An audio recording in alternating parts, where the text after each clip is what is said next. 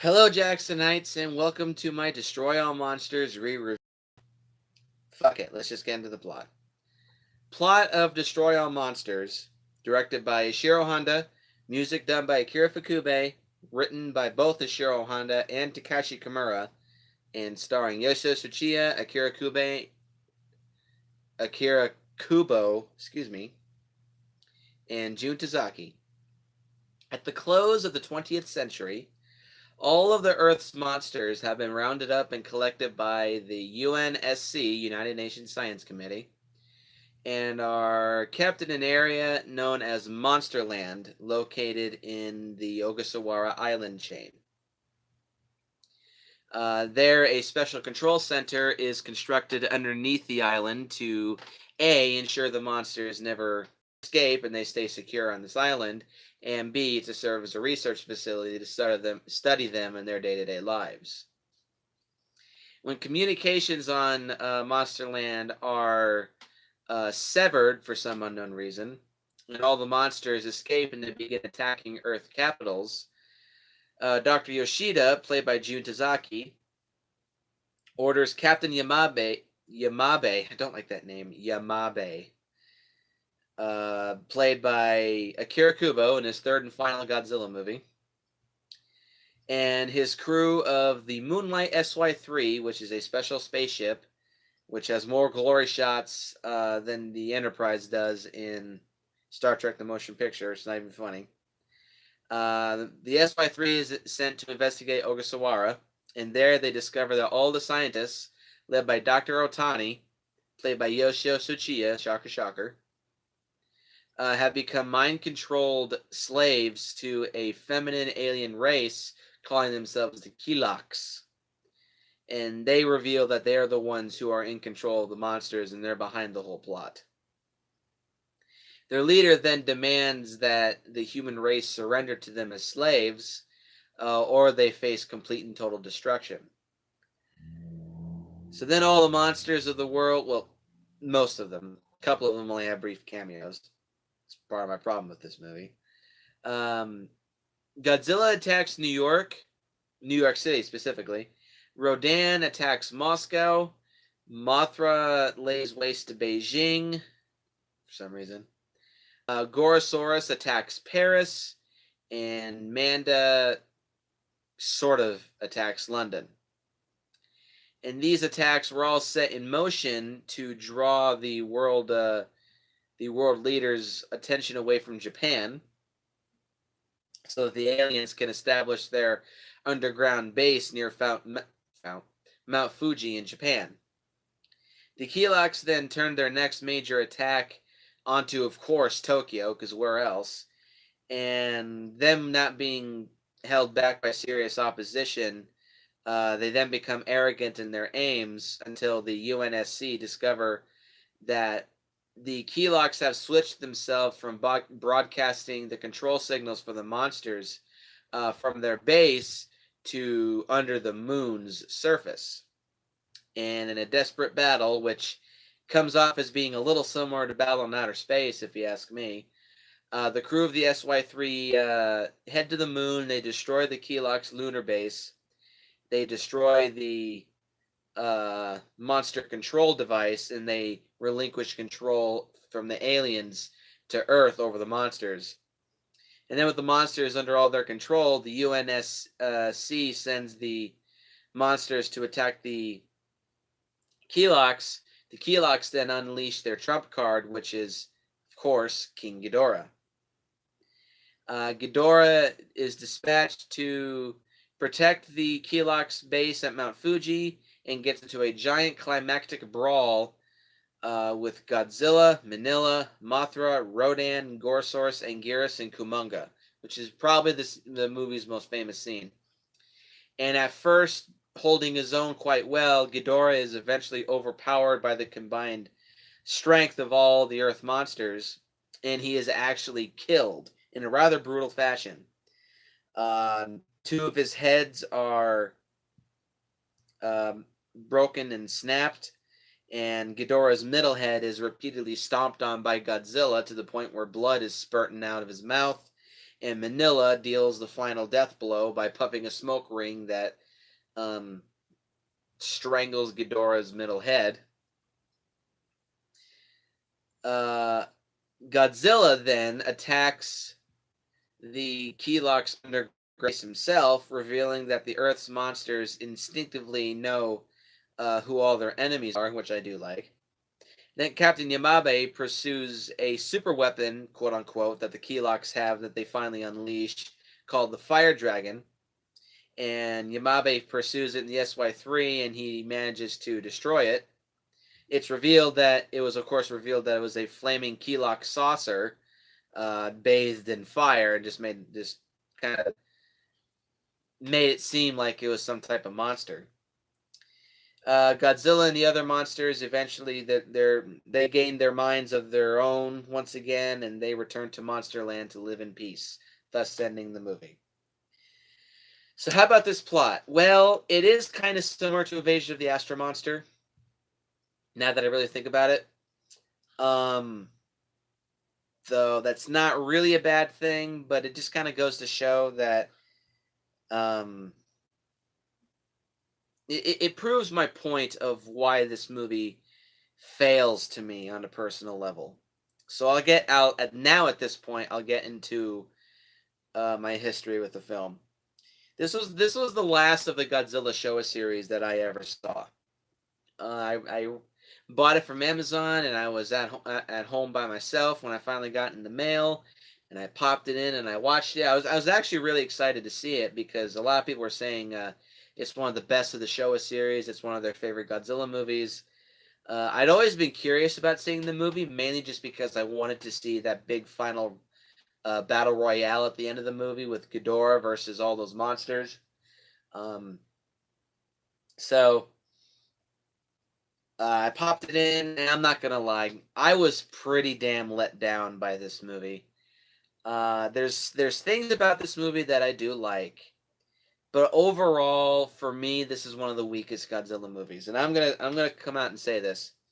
This is one of my least favorite Godzilla movies of the entire franchise.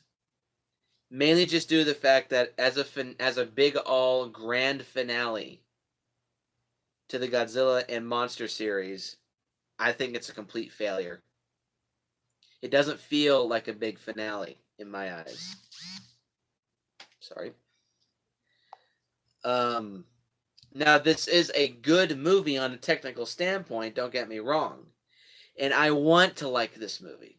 I so badly want to like this movie. And I didn't find myself enjoying the film upon this third viewing. This is my third viewing. The first time was when I first bought it. The second time was when I reviewed this movie for the first time.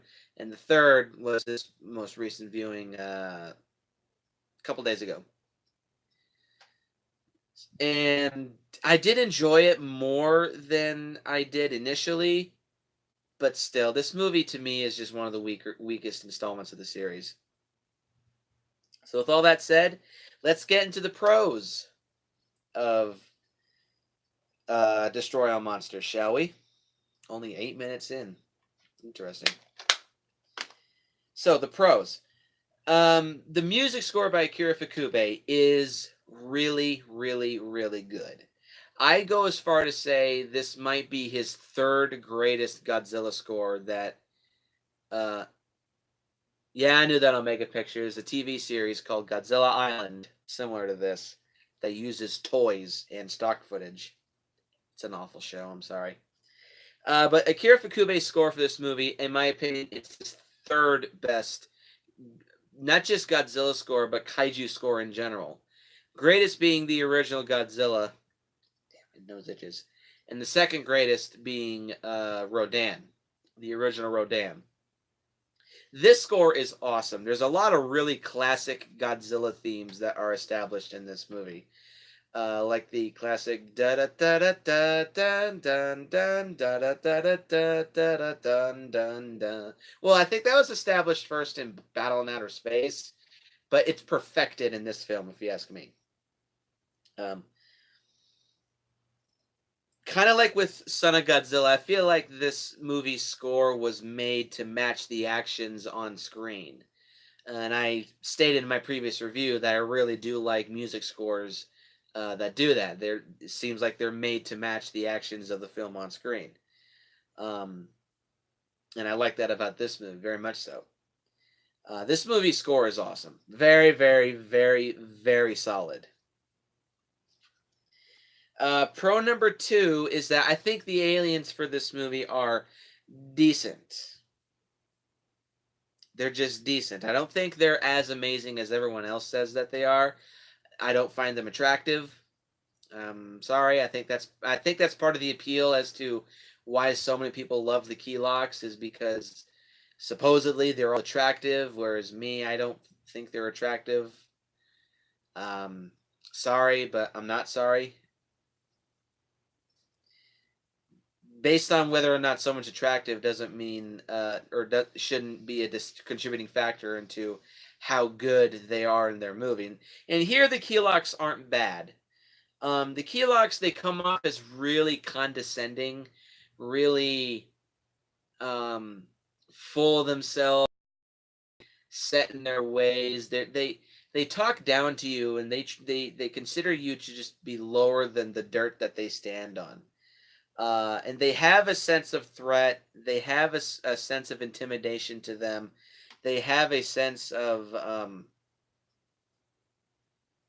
they they just have a presence to them that it definitely does or is helpful in making them feel like decent villains. But that's, in my opinion, that's just what they are. They're decent. They're nowhere near as good as the Exilians from Invasion of the Astro Monster. And I don't have nearly as much nostalgia for them as the aliens from Nebula Space Hunter M. So I'd probably say that these are the fourth best, because in my opinion, look like space nuns. Yeah, they do look like space nuns now that you mention it. I think they're the fourth best species of alien in the entire Godzilla franchise. The greatest being the Exilians, both in Invasion of the Astro Monster. Actually, no, in Final Wars. Then a close second being Invasion of the Astro Monster version. And then comes the Simians, as I like to call them, from the third planet from the black hole. And then comes the Keylocks. So the aliens in this movie are fairly decent. Though, again, aside from their appearance and them just being lesser versions, they still do come off as being kind of similar to the Exilians from Invasion of the Astro Monster. I mean, their plan is pretty much the same, except they just kind of bump it up to the nth degree by having technically 10 monsters instead of just 3 destroying the world. Pro number 3 is that the monster action, what sort of kind of little, no, not really, but when it's on screen, the monster action is really fun. It's really fun to watch. It's very well choreographed. It's very well executed. Seeing all these monsters lay waste to all these cities throughout the world, it's really fun. It definitely makes this movie feel very big, which I do like. And I do believe that this movie this movie had a big budget. I think 200 million yen, which is what this movie's budget was a pretty decent chunk of change. In fact, actually, let me figure this out.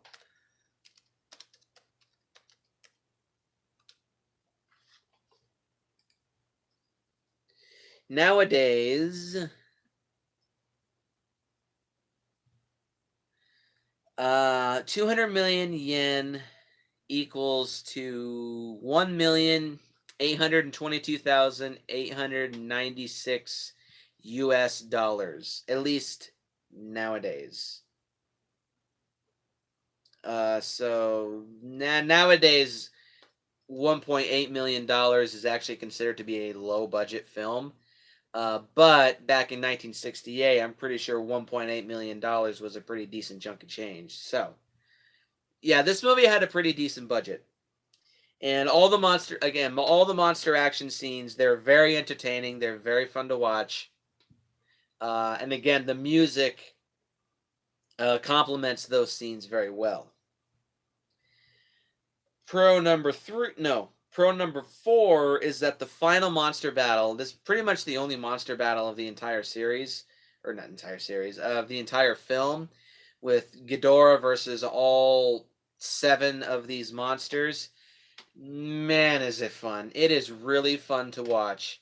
It's probably the best King Ghidorah fight of the entire Showa Godzilla series. The one from Ghidra is decent. The one from Astro Monster is a little better, but only because Godzilla is using his atomic ray a little more. The one from Gigan I don't really consider to be an actual fight because it's mostly stock footage. It's one of my biggest issues with Godzilla vs. Gigan, as much as I love that movie. So yeah, I think this is just considered to be the best by default because Ghidorah's up against 7 monsters instead of 3 and 2.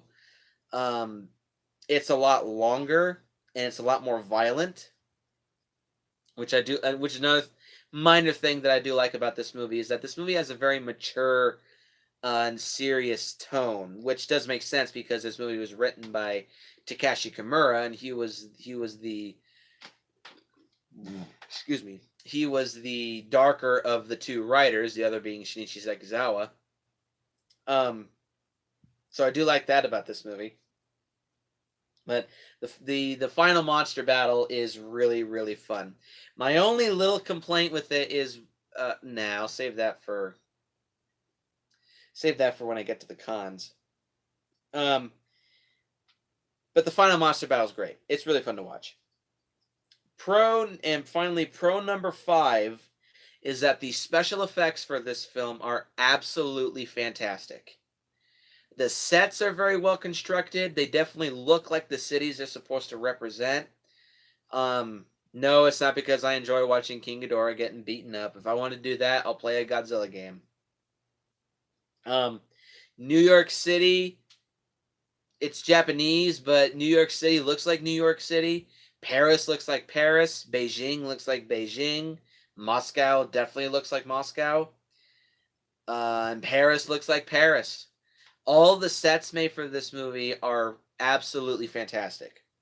The composite shots, with the exception of 1 or 2 here and there, though they're not necessarily bad, you can just really tell that they're composite shots, which kind of makes me think, what would this movie look like on Blu-ray?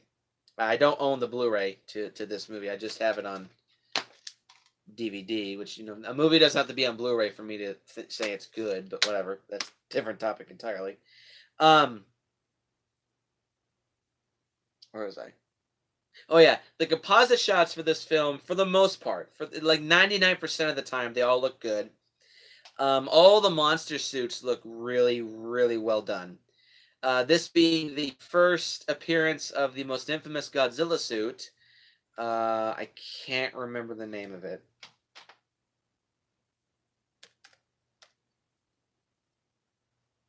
Let me look it up again.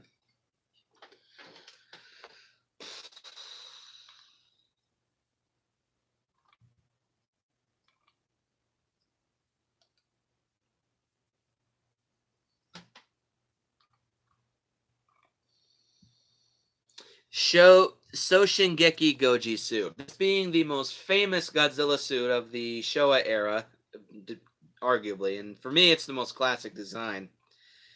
The Soshingeki suit is famous, but also kind of infamous due to the fact that this was the most used Godzilla suit of especially of the Showa series, but I think in general just the entire Godzilla franchise, because it was used in 4 movies, and really it started to look like shit only in Godzilla vs. Gigan, but that's only because that was the 4th appearance of the movie, and it had gone through utter hell. Yes, this would be the look of Godzilla until 1973 when they had to make a new suit.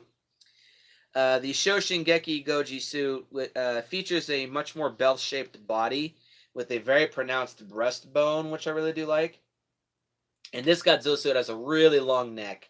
I think it's a little longer than the Musco Goji suit from Son of Godzilla, and it has a head that is sort of similar to the Daisenso Goji suit, but it has more defined brows and a little more menacing eyes. They don't move, but the eyelids do flutter occasionally. And this, of course, being the most used Godzilla suit, very evident in Godzilla vs. Gigan, it being its final appearance. And in my eyes, this is the most classic design for Godzilla the Showa series. Because Godzilla vs. Gigan was the first Godzilla movie that I ever owned, and it's debatably one of the top 5 Godzilla movies that I watched the most of the entire franchise. That's why I always think of the Soshingeki Goji suit whenever I think of Showa Godzilla. It's either that or, admittedly, the Meguro Goji suit, which was used in, or that design, which was used in the last 3 of the Showa Godzilla movies. But the suit looks great in this movie because, of course, it was newly constructed. It looks great in this movie, and it looks. I'd say it's about the same in Godzilla's Revenge, but that's just because that suit was barely used. Well, not barely, but you know what I mean. And it looks really good in Hedorah. Not quite as good as here, but it still does look good. The suit went through quite a bit of hell in that movie. That's for damn sure. But I'll save that for when I get to the actual films. But whatever. All the designs for the monsters look fairly well. Most of them. Minya still looks the same. Though I do believe it was a new suit. If not a new suit, it just had either a new head, or it just had some patch-ups added to it to make it look either a new or older, because this is a older version of Minya. The Anguirus suit looks great. I think this is the first appearance of Anguirus since Godzilla Raids Again. So Anguirus looks great in this film. The Baragon suit, the Baragon suit was used so many times at this point, it's not even funny. But the Baragon suit, for its like 2-second cameo, it looked fine. Varan, I have a little bit of an. Hang on, I gotta take a drink.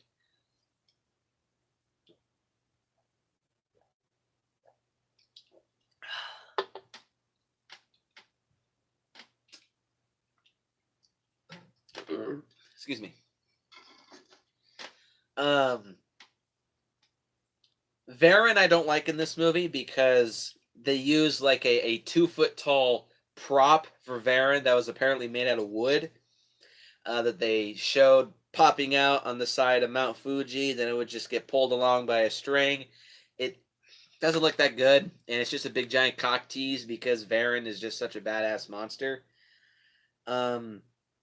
The Rodan suit, it's pretty much the same from Invasion of the Astro Monster. I don't care for that design. I don't like the appearance of Pigeon Rodan. I just think it looks a little stupid.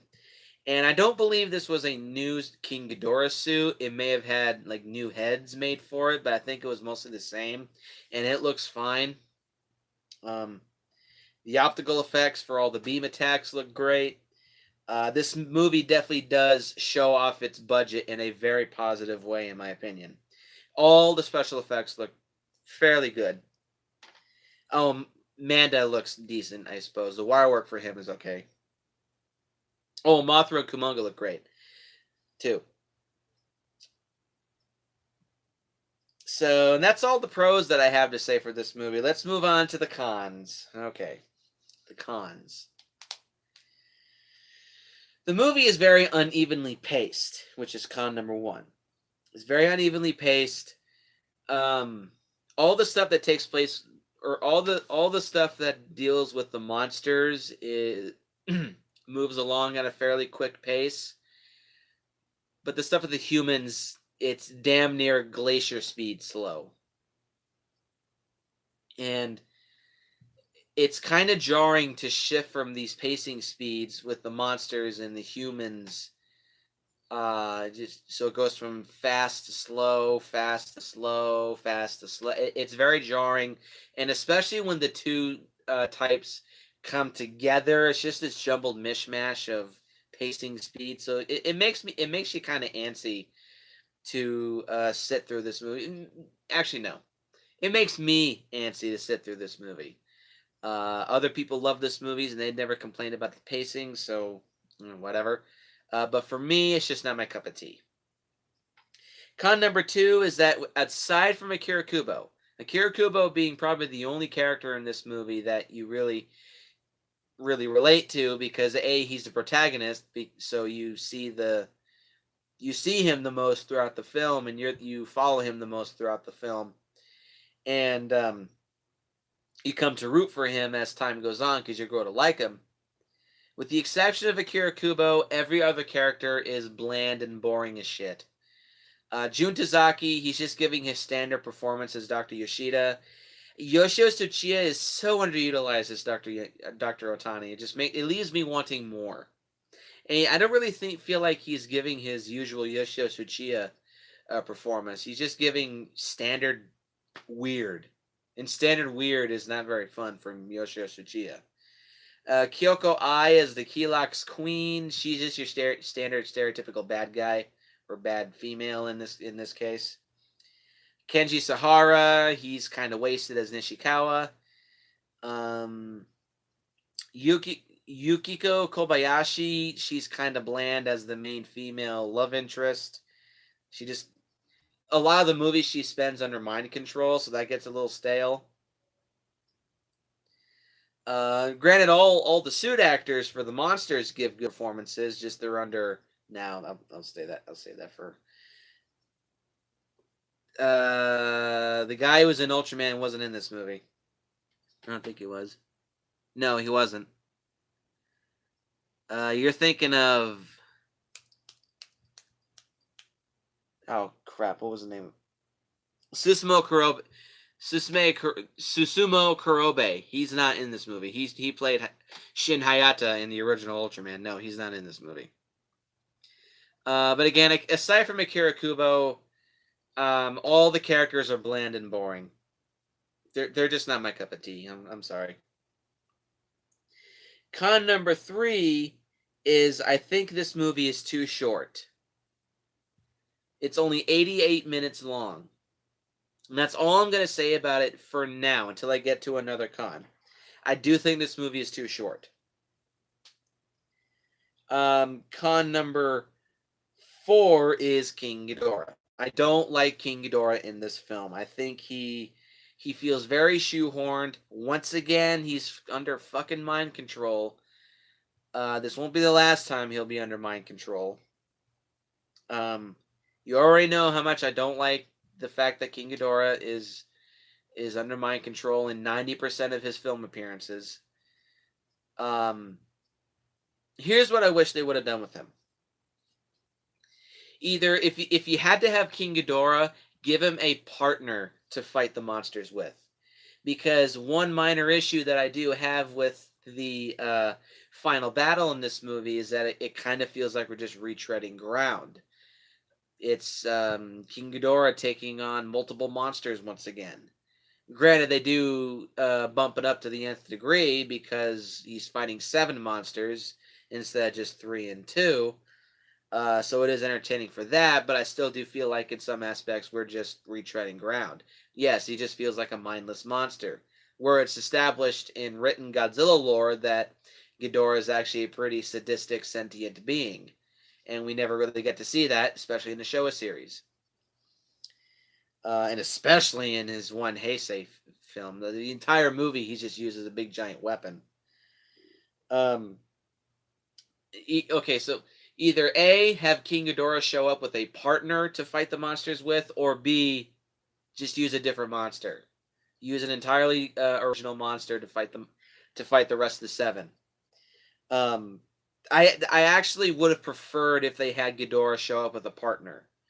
That way you could still have another monster show up for the film to make it feel big, and with the inclusion of a new one to make it feel even more big.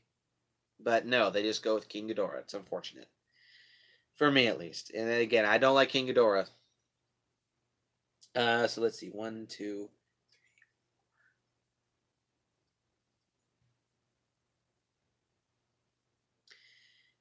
The next con that I have, 5, is that the monsters in this movie are kind of disappointing. I do like the variety of monsters that they have for this movie. We have Ghidorah, Godzilla, Manila, Mothra, Rodan, Gorosaurus, Anguirus, Kumonga, um, Baragon, and Rodan. Not Rodan. I said that already. Varan.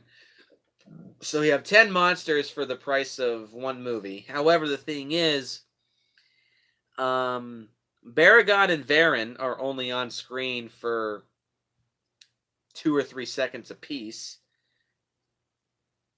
Manda is on screen for maybe 2 scenes and about a minute and a half of screen time in total.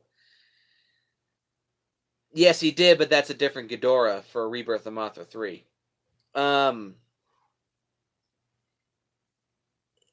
the rest of the monsters, technically they're shown brief. They're shown throughout the film, but their scenes are sort of kind of brief, except for some of their rampages are kind of brief. Godzilla's rampage, it's decently shown. Actually, I think that's about it because he's the main monster, so it would make sense. And Ghidorah, of course, is safe for the third act of the film. All the other monsters, they just have 2 to 3 minute long cameos throughout the film until they finally converge together at the end of the movie, and even then we only see them for brief shots throughout the fight. The monsters are very disappointing in this movie, in my opinion, and that is the epitomization of that due to the fact that for 95% of this movie they're all under mind control. Why?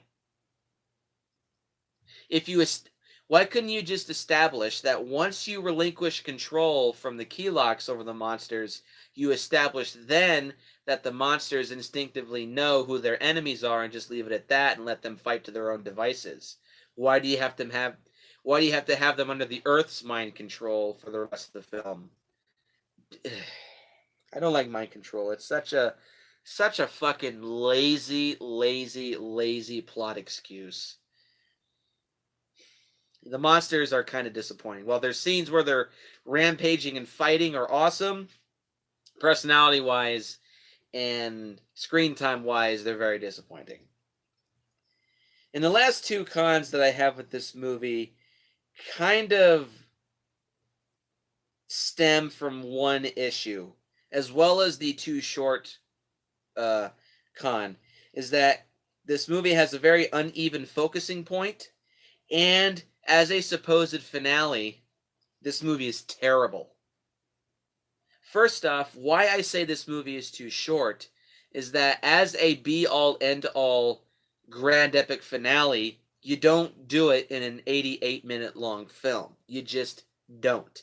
And you can't. If you try, you will fail. And this movie fails.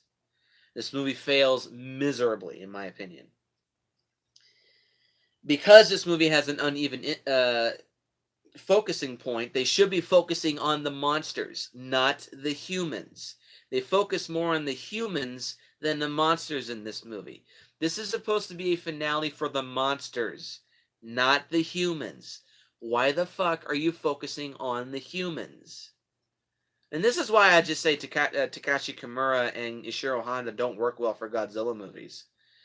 They may work well for non-kaiju movies like Matango or Rodan being an exception, but why? Shinichi Sekizawa would have known what to focus on. It would have been a balance between the two at the very best, or at the very least, but still would have been a perfect balance, so you don't feel cheated.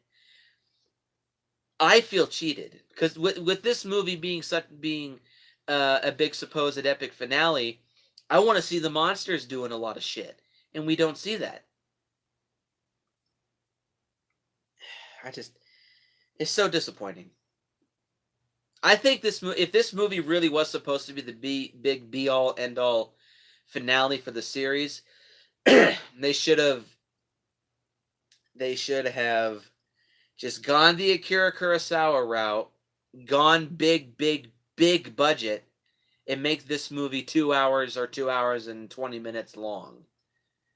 Sure, it would have been a fairly long film. I don't care. I like long kaiju movies. This movie, I think, would have been even more of a big success if it was that long. Well, actually, no. At this time, uh, it would have gotten butchered into a 90-minute long American cut, regardless. But if you made it 2 hours long, this movie, in my opinion, I think it would have been an even bigger success. And Toho wouldn't have been nearly as in financial struggles as they would have been in the late 60s and early 70s. But that's a different story. All in all, guys, that's all I really have to say. That the uneven pacing, the bland characters, disappointing monsters. Yes, the human scenes are a bit boring. They focus on the human scenes way too fucking much. The uneven focusing point, it's a terrible finale. Ghidorah is shoehorned, and the movie is way too short.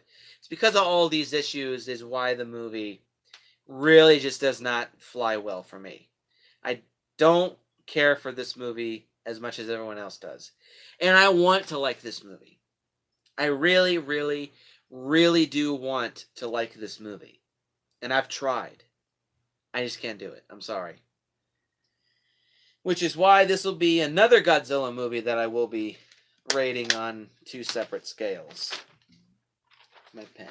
There it is. Ugh. Let me just fix that right now.